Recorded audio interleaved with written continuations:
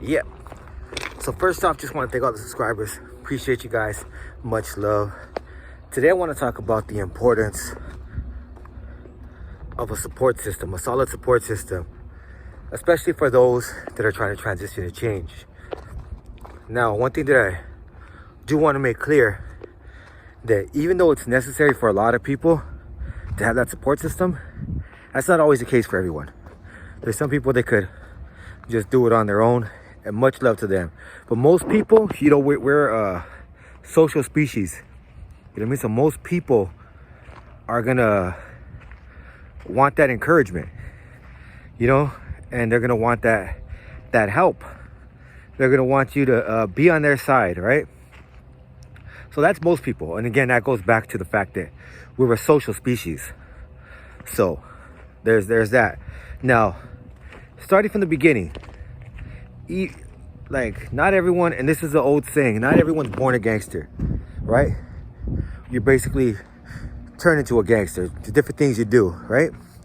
When you first start, one of the things that I think makes a lot of people feel comfortable about joining that life is they think they're joining like a family situation.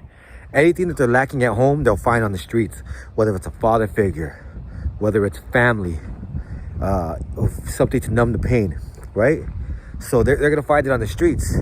One major thing that makes it a lot easier to transition into that is when your boys say, I got your back.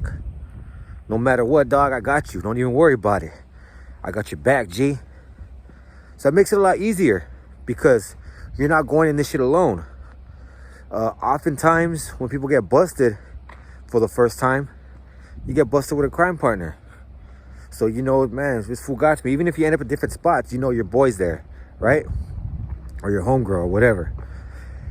So it's a lot easier because you got that support system. Now, when you get out, or when you're trying to change, a support system is very important. Because a lot of the times you're ignorant to what society is. You only know one thing, that's streets, gangbanging, jail. That's all you really know. So for me, I'll use me as an example. When I got out of YA, my parents had decided to do things differently before I even got out. So both of them were working. They both stopped drinking. They weren't using anything. They had a car, and that was crazy because I had never, we never had a car. We'd walk everywhere, be on bikes.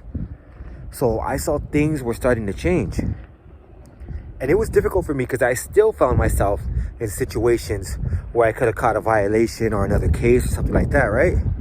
And I was like, what the fuck am I doing? It was still difficult. So I could only imagine how it would have been had I come home to parents on drugs or drinking, constant partying. It would be easy for me to fall back into that shit, right? It'd be easy for me to say, oh, fuck. And then not even know it. Trying to be like, well, I want to do good, but because you don't really know how, right? And I know people will be like, well, you got to make decisions. Maybe some people aren't that bright. Maybe I wasn't that bright when I got out. I had no idea what the fuck I was doing. None whatsoever. And so I get out to them doing well. Like I said, I'm fucking up a little bit. But then when I decided, for real, I need to do this. I need to figure this out. It became a lot easier because the home was stable. I saw what they were doing. I looked at what my parents were doing. I was like, I could do that. Mom and dad are going to work every day. I can do that. No drinking. I could do that. Even when I started going to school, they robbed me low-key. Bryman College took all my money and shit. But whatever, it is what it is, right? I thought it was a good move at the time. When I signed up for Bryman College, my boy Dusty, much love to my boy Dusty, he said, fuck it, I'm gonna go with you, dog. And I didn't even ask him. He just wanted to show support. And he wanted me, maybe this worked for him. Maybe this is something we could both do. So we went to Bryman College.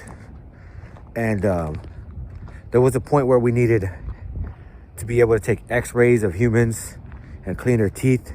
And we didn't know anyone. So we picked up the homies. And the homies were all with it. Fuck it. Let's roll. We rolled up to the spot with a gang of homies and shit. Gang of homies all up in Bryman College. Homies in Hines and shit. So yeah. So we did that. And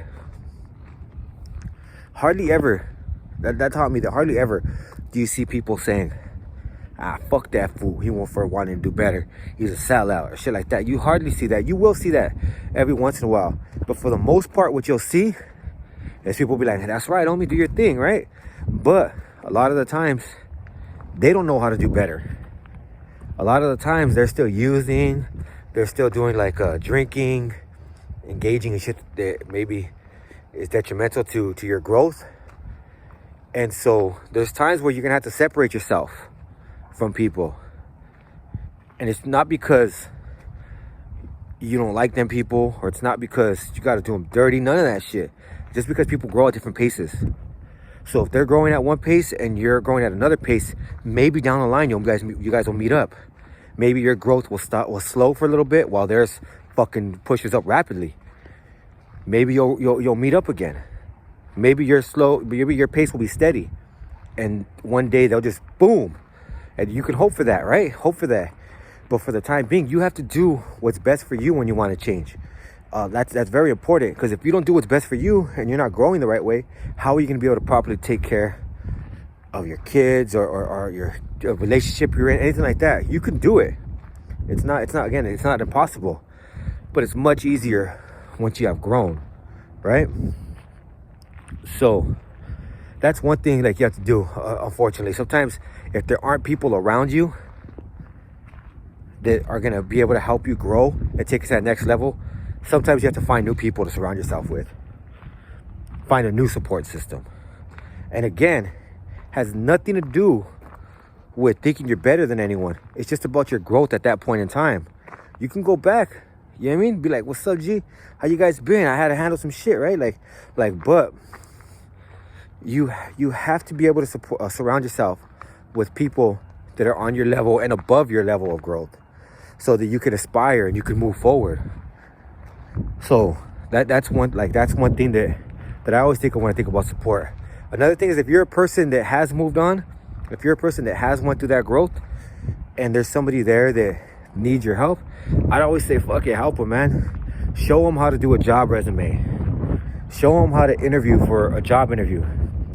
Show them how to dress for a job interview. I remember when I first applied for Bank of America and I did my interview. It's a baggy slacks, like a long sleeve checkered shirt and some lugs. Kind of like I was going to like a gangster club and shit, right? Like but I got lucky, because most people that went with suit and ties and shit like that. And I didn't start wearing a suit and tie until maybe about my 4th year at Bank of America. That's when I started wearing those shits. But before that, I was just like, I'm gonna keep this shit gangster. I'm gonna keep this shit G. But it's like at a certain point, I had to be able to grow out of that, where it's like, yeah, you can still dress a certain way on your time, but if you're working for somebody or if you're representing something, like just like when you're like when you're busted, right? Like I'm not gonna lie, I'm kind of a dorky, fucking like clowning individual. That's what I do. I clown a lot. I'm kind of dorky and shit, kind of childish at times, right? But when you represent, like when you're busted and you're representing a certain thing, you can't be like that all the time. Especially if you meet if you run into somebody who you gotta handle business with or whatever, you can't be all dorky. Like, nah, fuck no. You gotta handle business, fools, where I'm from, right? You know what's up, homie. And you gotta, bang on them fools and shit. Like you gotta do that shit in a way that's gonna represent what you're representing correctly, right? So if you work for a company and you have to wear a suit and tie, wear a suit and tie. If you have to go to a construction site, have the right tools. And sometimes you need people around you to tell you, like, dog, this is what you need to do. You're gonna need this, you're gonna need this, you're gonna need that. And it helps. It really does. It helps with people's growth. So that's another aspect of it. If you're out there and you can help somebody, if you see them, help them. And at the very least, encourage them. At the very least, just tell them you're doing it. I'm proud of you. A lot of times people want to hear that. Again, going back to the beginning, we're social creatures. We're a social species. People want to be encouraged. So if you could help them out with a little bit of words of encouragement, a little bit of advice, and just like rooting for them, do it. I think that support is very important. I don't think I would have, not even that I got far in life, right? But I don't think that I would have been where I am today had I not had the support of my family, had I not had the support of my homies, and had I not surrounded myself with people that were moving at different paces than me, and was able to see their growth and was able to see what they were doing. Because if it wasn't for them, I wouldn't be the man I am today. And that's why I think that a support system is very important. And again, for those who say I can do it without a support system, much love to you. Handle your business. But for most of us, we need that shit. And with that, I'm out. Peace.